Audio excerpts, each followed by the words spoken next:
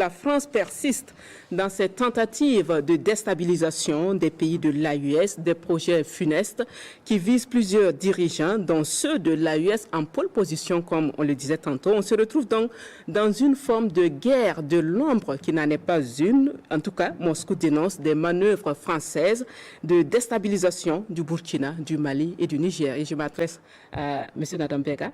Alors, comment vous réagissez à cette information qui fait état d'une énième tentative de déstabilisation orchestrée par la France? Voilà, ce projet funeste qui vise des pays de l'AES qui se trouvent pourtant dans une posture de souveraineté. Vous savez, madame, depuis que le président Ibrahim Traoré a pris les rênes du pouvoir et que le lieutenant-colonel, bon, il n'était plus lieutenant-colonel déjà, Paul-Henri Sandaogo Damiba s'est exilé au Togo, il y a eu une série de tentatives de coup d'État. Oui. Et chaque fois, on a évoqué Damiba comme étant effectivement le cerveau. Et nous avons toujours dit, il est certainement un outil, une pièce principale au regard des contacts qu'il a tant dans le milieu politique, dans la hiérarchie militaire, au niveau des hommes de rang également, que dans le milieu des affaires pour avoir été, même si c'est pour 8 mois, un chef d'État dans le pays.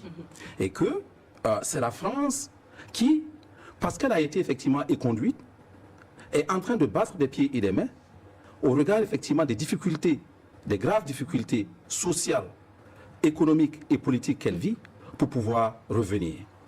Et il y a beaucoup qui disaient oui, chaque fois la France, quand on est impuissant, on dit effectivement que c'est la France, etc. etc. Donc aujourd'hui, qu'un service de renseignement d'un État stratège comme la Russie vienne par le SVR, qui est le service de renseignement d'une notoriété que l'on ne peut pas contester, dire en fait c'est la France et Macron en tête qui est derrière effectivement toutes ces tentatives, qui est derrière toutes ces manipulations, parce qu'elle veut reconquérir effectivement son paradis perdu. Ça apporte simplement un crédit à tout ce qui a été dit. Sinon, il n'y a pas véritablement du nouveau qui est apporté, mais ça apporte effectivement du crédit à ce qui a été dit jusque-là. Et maintenant, il est clair que Damiba n'est qu'un proxy avec effectivement l'ensemble des alliés. Le cerveau, c'est la France qui agit effectivement par la DGSE. Et s'ils sont des cerveaux, c'est qu'il y a des pieds, c'est qu'il y a effectivement des bras.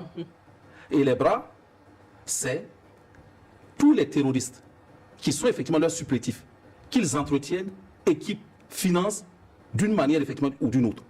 Et il vous souviendra que l'ambassadeur de l'Ukraine à Dakar est sorti clairement et a dit c'est nous qui les formons, c'est nous qui les équipons. Et aujourd'hui, quand on regarde que dans le Sahel, il y a des drones kamikazes qui demandent une certaine démarche administrative, politique au plan international pour que l'on puisse se le procurer.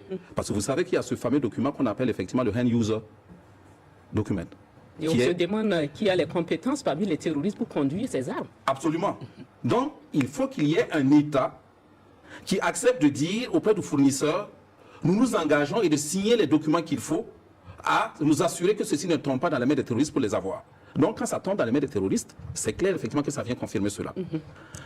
Alors, oui, mais ce que je veux dire, c'est que ça n'a pas changé effectivement d'objectif. Vous savez, en 1963, nous avions le premier coup d'État en Afrique, Givanus Olympio. C'était pourquoi la monnaie. Il a voulu effectivement dire qu'il fallait effectivement que le Togo déjà parte effectivement sa monnaie. Si vous prenez effectivement Modibo Keïta, c'est parce qu'il a voulu effectivement qu'il y ait une confédération qui soit effective pour aider effectivement. Vous prenez Muammar Kadhafi, c'est exactement parce qu'il voulait que l'Afrique...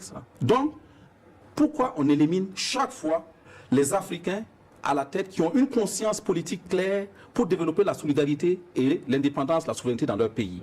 C'est parce qu'il y a un ordre international qu'il faut maintenir, où les États africains doivent simplement produire, aider à produire des ressources minérales, etc., les mettre à leur disposition, et eux, ils les transforment, et nous. Et ça va continuer, comme on disait tantôt, de se faire, c'est à nous de nous organiser.